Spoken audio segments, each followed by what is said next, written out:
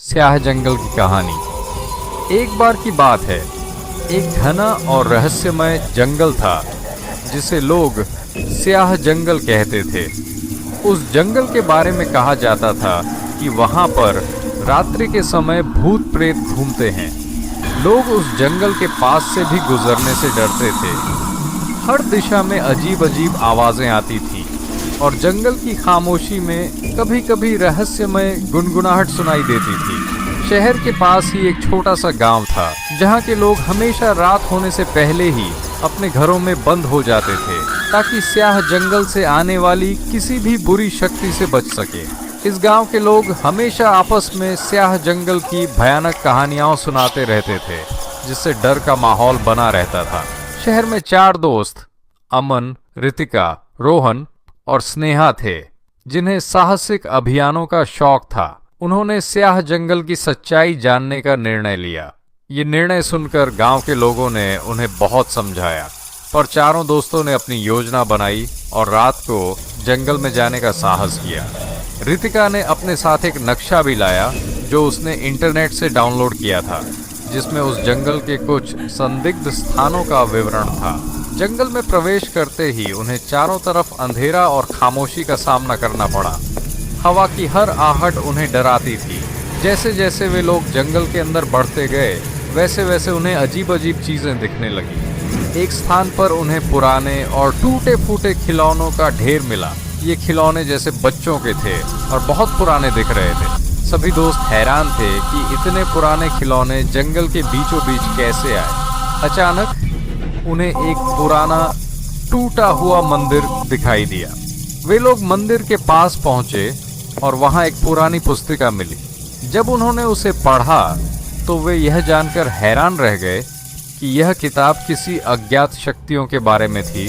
रितिका ने उस पुस्तिका को अपने कैमरे में कैद कर लिया ताकि वे लोग बाद में इसे ध्यान से देख सकें।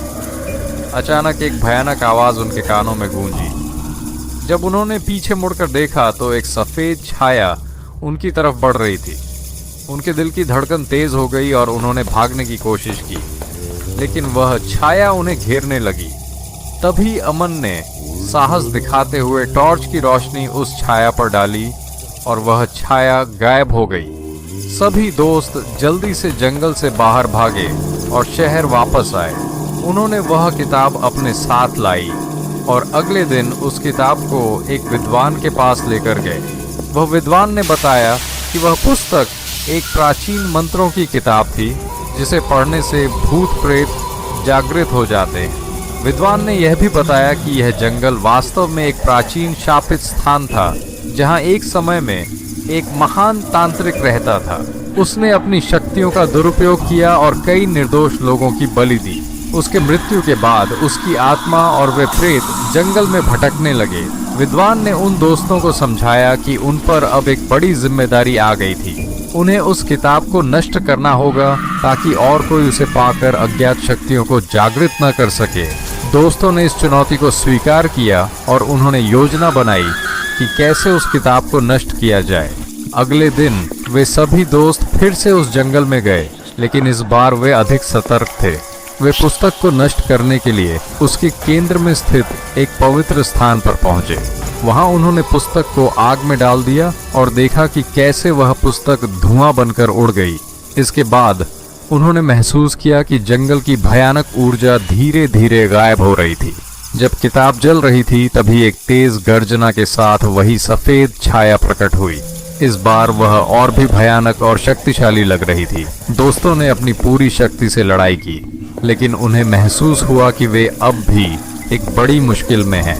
तभी रितिका को याद आया कि विद्वान ने कुछ विशेष मंत्र बताए थे जिन्हें पढ़ने से इन आत्माओं का नाश हो सकता था। उसने तुरंत वह मंत्र पढ़ने शुरू किए। अमन, रोहन और स्नेहा ने मिलकर रितिका को सुरक्षा प्रदान की जबकि वह मंत्र पढ़ती रही। धीरे धीरे सफेद छाया कमजोर पड़ने लगी और अंततः गायब हो गई। सभी दोस्तों ने एक दूसरे को गले लगाया और खुशी के आंसू बहाए। उन्हें एहसास हुआ कि उनकी दोस्ती और साहस ने उन्हें इस भयानक स्थिति से बाहर निकाला।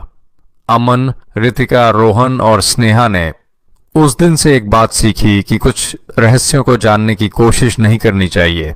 कभी कभी अज्ञात रहस्य और परछाइयों को वैसे ही छोड़ देना चाहिए। उन्होंने यह भी सीखा कि सच्ची मित्री और साहस से किसी भी मुश्किल का सामना किया जा सकता है। इस घटना के बाद गांव के लोगों ने भी साहस और मित्रता की महत्वता को समझा।